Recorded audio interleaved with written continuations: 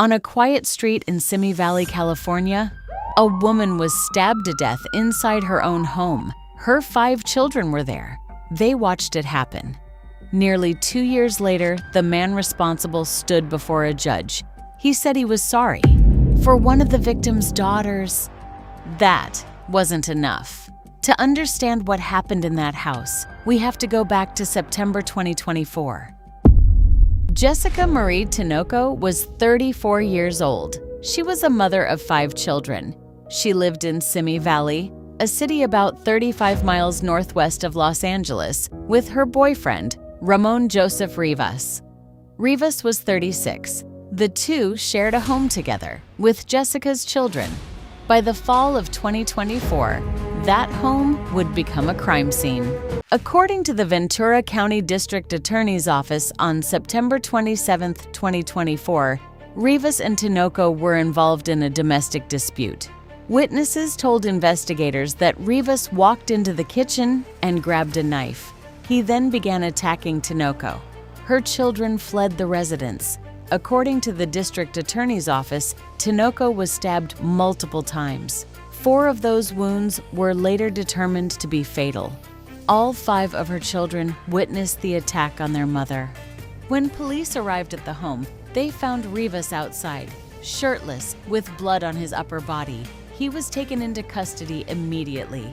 Inside, officers found Tinoco lying just inside the front door. She had wounds to her face, her abdomen, and her arm. Investigators located the weapon nearby, a bent steak knife covered in blood, discarded on the living room floor. Blood was found throughout the residence. Tinoco was rushed to Los Robles Hospital.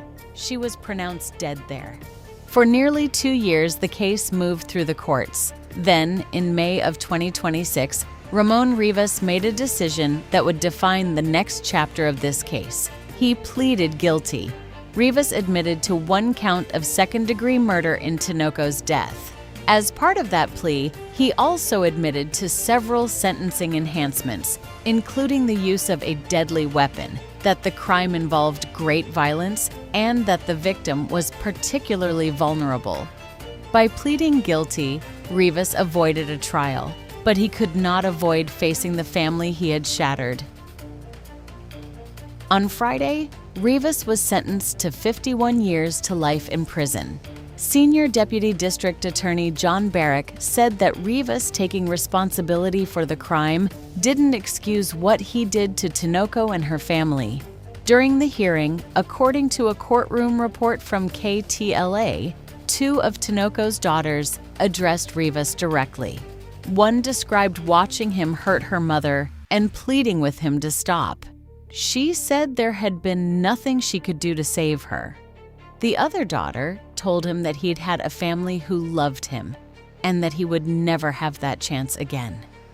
Rivas himself apologized in court, according to the Ventura County Star.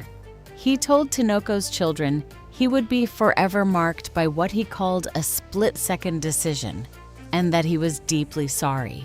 Jessica Tinoco was a mother of 5. They didn't just lose her, they watched her die. Ramon Rivas will spend the rest of his life in prison for what he did, but no sentence can give those 5 children back the mother they lost or undo what they witnessed in their own home. For them, September 27, 2024 will always be the day everything changed. This case reminds us that violence doesn't always come from a stranger. Sometimes the person closest to you can be the one you need to fear the most. If you want to understand the warning signs behind cases like this, stay with us. There are more stories that need to be told.